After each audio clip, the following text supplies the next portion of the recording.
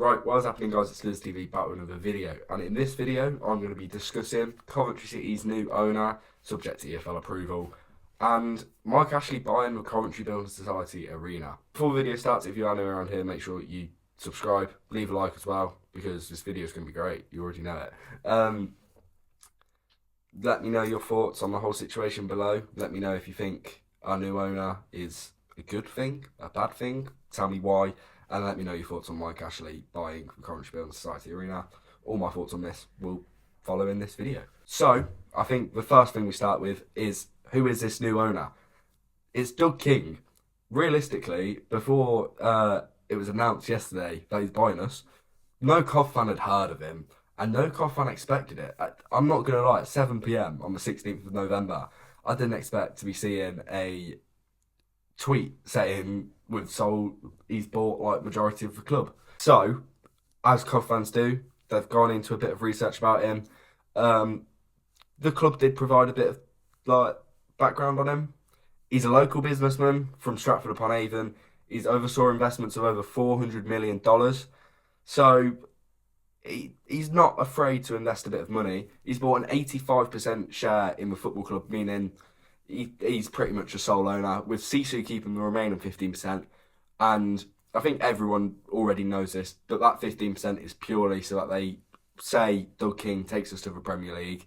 Sisu get 15% of that Premier League money, and now they're not really obliged to even invest it back into the club, so they're at a win-win now. He's cleared all of the debts at the club, which is incredible, and that could also potentially make it easier for him to just sell us on immediately, because businessmen, potential buyers will immediately be interested now that they're buying the club, no debts included. They're buying a championship club. Joyce Parler's going to continue to be involved in the club as well, as apparently she enjoys it, and Doug wants to keep around anyway because she knows the workings of the club. The people buying us, the new owners, Doug King and I'm guessing his allies, are a hedge fund similar to Sisu. Hopefully they take ownership a bit different to them. He's a long admirer of the club, according to Sapala. He's had no links directly with Sisu, but spoke to him before. Apparently he's got a lot of background communication with George Sapala. I didn't know Joy really at all. Met a couple of times over the last 15 years or so. He did plan to launch a bid for the Coventry Building Society arena for 25 million, but we'll get onto that. Apparently, according to Doug, Joy just didn't have the funds to get it done. I know Joy was, she just didn't have the funds to get it done. So that seems a bit dodgy though, because Sisu have a lot of money. He's also said that we are not a selling club in January, which is massive news. I'll say you one thing to the fans who are listening this morning. We're not going to be sellers in the January transfer market. Meaning players like Victor Gyökeres, Gustavo Hamer and Callum O'Hare should be staying for the rest of the season, providing like there isn't any ridiculous bids for them, which you never know in January. But still, for him to say that we are not a selling club is incredible news. And then the final bit I'm going to say on him is he wants to get us back to the Premier League. I wouldn't be doing this just to have mediocrity. Listen, of course, I've got great plans. I'm not doing this just to, have mediocrity. That is, once again, huge, because it's one thing to get a new owner. It's another thing to get an owner who's already said that he's not coming in. He's not coming into the club just to maintain us, to make us self-sustainable. He's coming here to get us back to a promised land. So that's basically all I have on Doug King. My personal thoughts on it, I'm going to welcome him with open arms. A lot of fans are already sceptical that it was just... Well, I'm going to get on to why fans were sceptical. But I'm willing to give him the benefit of the doubt. No one really knows about him. No one knows who he is. So let's get behind him. Let's hope he invests. Let's let the EFL approve it first. And then let's see how January goes with him as well. So moving on to the big news of the day, although that news was yesterday's news, now we've got today's news. The Coventry Building Society arena sale. Today, the 17th of November, Fraser's Group, which includes companies like Sports Direct, House of Fraser, Flannels and Game, have acquired the Coventry Building Society Arena. Obviously, Fraser's Group is owned by Mike Ashley, former Newcastle United owner. Reportedly, the stadium has been bought for 17 million, 8 million less than what the club had offered. So, a bit of dodgy stuff going on there. Mike Ashley had paid for the last few games to go ahead. I mean, Mike Ashley came in, he's paid the money to keep the stadium going, and we've played a couple of games there that we may not have been able to play if he hadn't done that. So, which you could see in two eyes. He could prove, like he could have done this to prove that he was reliable, prove that you could rely on him. That's what reliable means.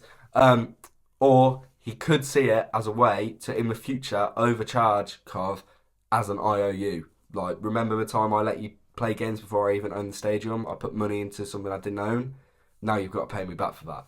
Who knows? Who knows what Mike Ashley has planned? According to the BBC, Judge Prentice claimed there wasn't enough substance in the 25 million bid from Cov to delay the sale further. So, who really knows about that?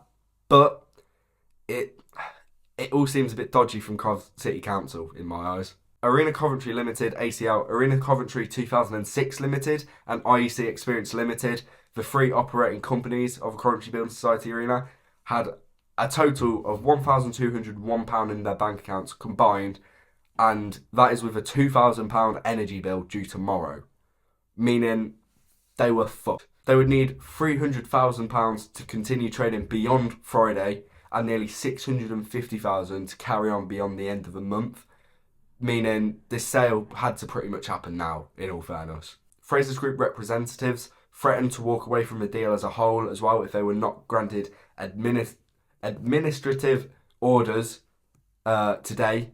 So, I mean, that's another risk they've had to avoid. Say, this Doug King's takeover isn't approved by the EFL, and then he pulls out the deal. They've lost probably the second highest bidder now. So it's all just a bit of a mess. I feel like we've left this stadium bid a bit too late, which is unfortunate because I feel like if we were at it from the start with that 25 million bid, we would now be the owners of the Coventry Building Society Arena. But instead of that, Mike Ashley is instead. So what could this mean now? King could have been a front for Sisu to try and win the stadium, knowing the council wouldn't deal with Sisu. So they've brought in an outsider to just front the deal, which is why some fans are sceptical. It does seem like it's come out of the blue. Apparently it's been 2 weeks in the works, but no one knows. No one knows, if I'm honest. And I don't think we ever will know. If you want, we will know, surely. But I just hope that really isn't why King's come in. Second option, Ashley could still be interested in the football club. However, this is less likely if King isn't just a front for Sisu. But once again, I think I'd welcome Mike. I'm going to get onto my thoughts and feelings in a minute. And the final thing is Mike Ashley could just now sell the CBS Arena to us for 7 million profit for doing nothing. However, he's a very rich man and 7 million is just a drop in the water. I really hope that saying was right, by the way. So, my thoughts and feelings. Doug King coming in.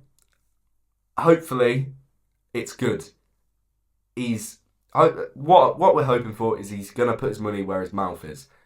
But time will tell on that, unfortunately. And Mike Ashley, although Newcastle fans aren't the biggest fan of him, I'm not completely against him owning the CBS.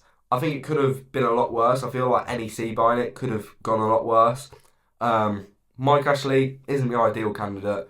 We would have preferred to own it ourselves. However, I think he'll be interested in keeping the club here. Even if he's interested in eventually buying the club, I'd probably welcome him with open arms buying the club as well. But I'd have to see how Doug King gets on first. Because when it was just Sisu, Mike Ashley come in straight away. Doug King, give him a bit of time, see what he does in January, probably see what he does in summer, and then we'll go from there, whether Mike Ashley is interested in us and whether we'd actually want him.